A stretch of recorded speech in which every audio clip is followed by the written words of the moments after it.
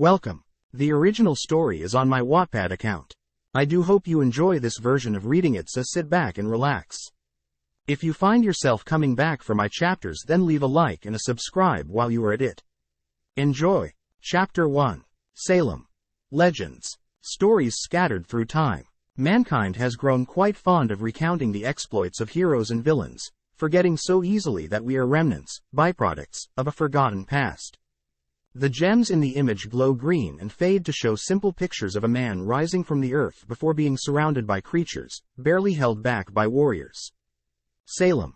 Man, born from dust, was strong, wise, and resourceful, but he was born into an unforgiving world. An inevitable darkness. Creatures of destruction. The creatures of Grimm set their sights on man and all of his creations.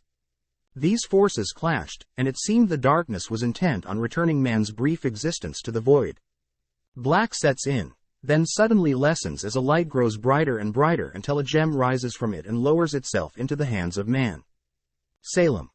However, even the smallest spark of hope is enough to ignite change, and in time, man's passion, resourcefulness, and ingenuity led them to the tools that would help even the odds. This power was appropriately named dust. The scene zooms out to show men shooting lightning, raising swords, and aiming rifles at the retreating beasts as a castle appears behind them. Salem.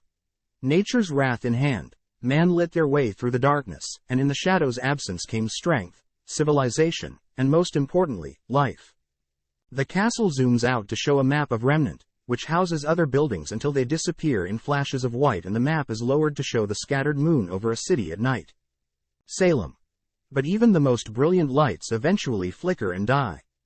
And when they are gone, darkness will return. Salem. So you may prepare your guardians, build your monuments to a so-called free world, but take heed. There will be no victory in strength. Ozpin. But perhaps victory is in the simpler things that you've long forgotten. Things that require a smaller, more honest soul. Aizen.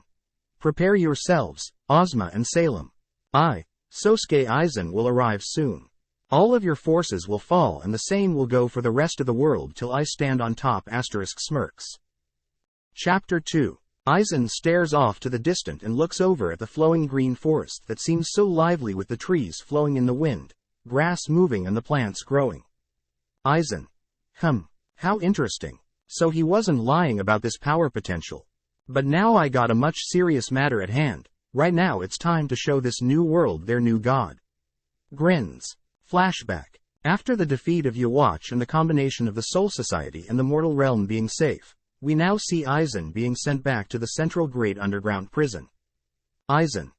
Oh Tilda, after I helped so much to help defeat Yhwach, you still gonna imprison me? Tilda trying to taunt Shunsui Kyoraku but failing. Shunsui Kyoraku.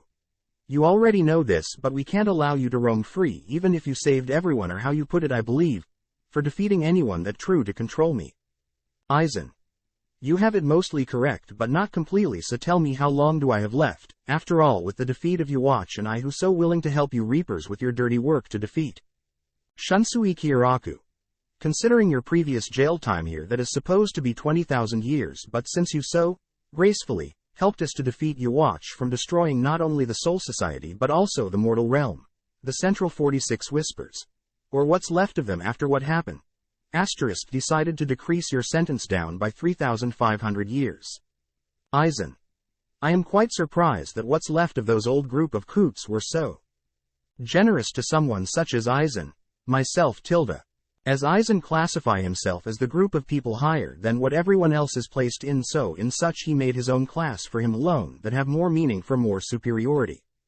Though in Shunsui case, he only saw that as a pathetically lonely method for Aizen to place himself to still be a higher being even despite his current situation, to which Shunsui laughed to himself in his mind to see Aizen will never lose that egotistical beliefs in any situation. As Aizen speaks, Shunsui finishes the seals on Aizen to the chair. Shunsui Kyoraku. Their size still, even after all you have done in the past, I do have to thank you for helping to defeat Yhwach and saving Ichigo and everyone else. Without you then I really wouldn't want to think about all the damages that would have been caused by Yhwach and the Sternritters. Aizen. I did it not for any of you fools, so try not to get confused. Shunsui. I did this solely for my purpose and goals. Alone. As long as it benefit myself, then I couldn't really care less about you all. Shunsui Kyoraku. Nods. I understand, still you have my gratitude despite how evil you are. Now goodbye Sosuke Aizen, may you think about everything you have done and try to change. We might just go out and grab a drink of sake. Aizen suddenly sends a one-eye glare to Shunsui but then stops and smiles. Well, at least that's what Shunsui can bet Aizen expression is with right now. Aizen. Enough of your sentimental. You starting to make me sick of your kindness. It doesn't suit you, especially your true core personality matching the word that people call a pragmatist. No. Shunsui couldn't help but chuckle at Aizen's small banter. He already understands that Aizen knew the real core of him not long after meeting him, though he didn't have enough ego to dismiss that despite how experienced he is to discover other secrets in a very short and fast time and to use it against them. Aizen was one of those people that he underestimated and now faced the punishment for that. Shunsui Kyoraku. I truly do want to have a small talk to again with you, however. Guess that has to have for another 16,500 years. Hey, maybe then I will complete my romance novel, though I am still working on the title name, though I do hope it will be Amazing November _. Again Aizen interrupted Shunsui. Aizen. Enough of your weird fetishes of your weird novel romance. Either set me free or send me back to MUKAN now. I am getting annoyed by your pointless loquacious. Shunsui Kyoraku. Sighs mean. Very well, goodbye Aizen.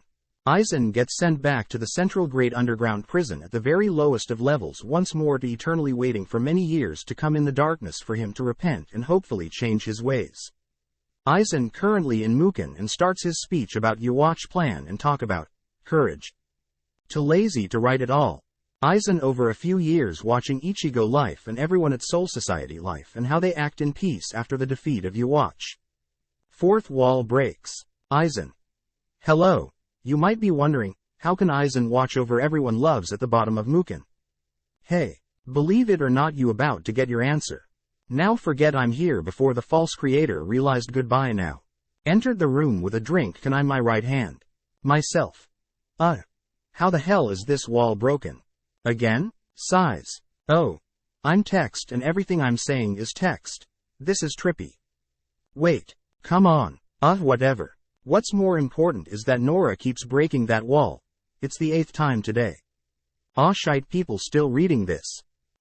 Shoo, stop reading my text, or words. Whatever. It's weird. Time to move on. Duct tape the fourth wall. Duct tape fixes everything. Just like alcohol. With the interesting thing over that shouldn't be in the script. Aizen, before watching over the world, sat in silence in the dark by himself till some dark yet familiar Ryotsu appears in front of Aizen, who slowly opened his eyes. To think I am able to see you again after my defeat. Aizen. I too am quite surprised to see you too. If you still here, are you gonna finish me off? Oh, course not. I would have it I could but can't sadly, but you took a bit of my power, no? Aizen. What's yours are now mine own. True enough, smiles, though I do need to know what you planning to do with this power. Aizen. Though I would never tell anyone about my plans, but I know for certain that you won't be around long enough, not even as a fraction of your power as before. Question mark.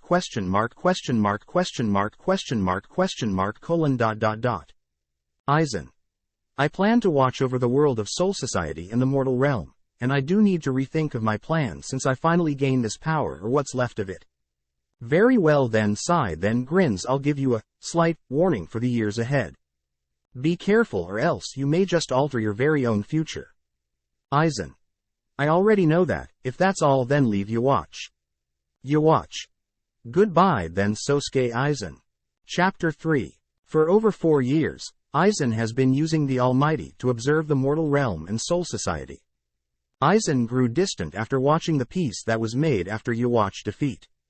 He wondered over the years what's next. After all, the very thing he hated, the Soul King, is now dead, and the new Soul King, being Yhwach, is also dead. Aizen knew once he was freed from his prison but quite comfortable chair, the whole being the new god for everyone to see his viewpoint and understand what he understand will not be as useful currently where the world is set. There will be even more stronger potential enemies should he try it once he is set freed. Not that he is Afriad, but quite the opposite. He's annoyed but quite happy that everything is now peaceful. There is no more Soul King. And no one to control him nor limit his movement. Yes, the law is still there, but the being on top to sit on that empty throne is still burning inside of him. However, on a certain day, Aizen was watching as Ichigo plays with his son while laughing and smiling. Aizen froze in shock and instantly looked at his stump of a left arm as it suddenly was dripping. Ooze. Aizen. What's this now? It seems it's the Almighty again. What appeared to be a new left arm that was covered in ooze, and so Aizen shook his left arm even after years of being separated from it after the final fight. Aizen. How interesting, not only is my left arm is finally back even after all these seals, but now all the seals that was there is gone. Asterisk grins good. However, a few moment of time stopped to which Aizen instantly noticed. Aizen. A few moments has passed and Aizen's entire vision was covered not by darkness of the Mukin but something else. In a quick instantly Aizen releases his Ryotsu after feeling something totally off.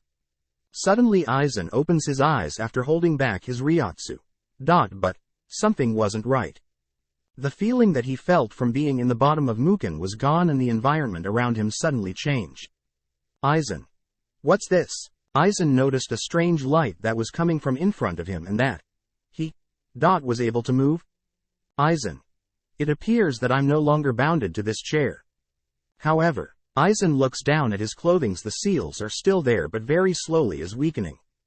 That's good, but what's bad is where am I? Despite the new situation Aizen found himself in, he adapted to the situation, made a decision to figure out what happened since he understands he shouldn't be free from Mukin yet. Aizen slowly walked to the light and instantly adapted to the light. Suddenly, something caught Aizen's attention, and that was the landscape in the sky and the half-destroyed moon. Not to mention the normal feeling of Ryoku in the air wasn't there. At least wasn't even comparable to the normal amount of Ryoku that should be in a landscape such as this. Aizen took notes of everything that was in front of himself and the moon, but what took the most notice of him wasn't the moon. No, he was certainly surprised and wonder what happened, but something that even made his spine chilled. Aizen placed his hand on his chest and felt something wrong with it. Aizen. This feeling, it's not the Hogyoku but, it's my soul.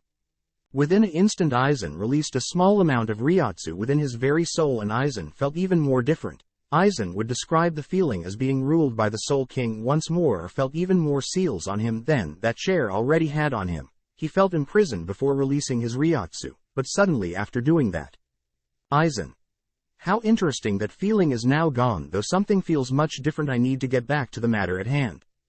It appeared that I am not only in the Soul Society nor the mortal realm, not the world of the hollows, but somewhere entirely different. After a while of looking around from the top of a cave he was in, Aizen would stare off to a weird-looking creature that was black and white mask and also soulless. If Aizen wasn't Aizen, then he would have thought those creature was hollows, but thanks to the hollow experiment, Aizen knew these are not hollows, to which Aizen remembered what Yuwatch said about the Almighty that Aizen absorbed a bit after the final fight. Aizen. How interesting. So Yuwatch wasn't lying about this power potential. But now I got a much serious matter at hand. Right now it's time to show this new world their new god. Grins. Not a chapter but a short profile account for Aizen. Please look at scene if you aren't watching, or just skip this part. Name Sosuke Aizen. Age classified. Goal classified. Outfits. Sealed state. Temporary. Public.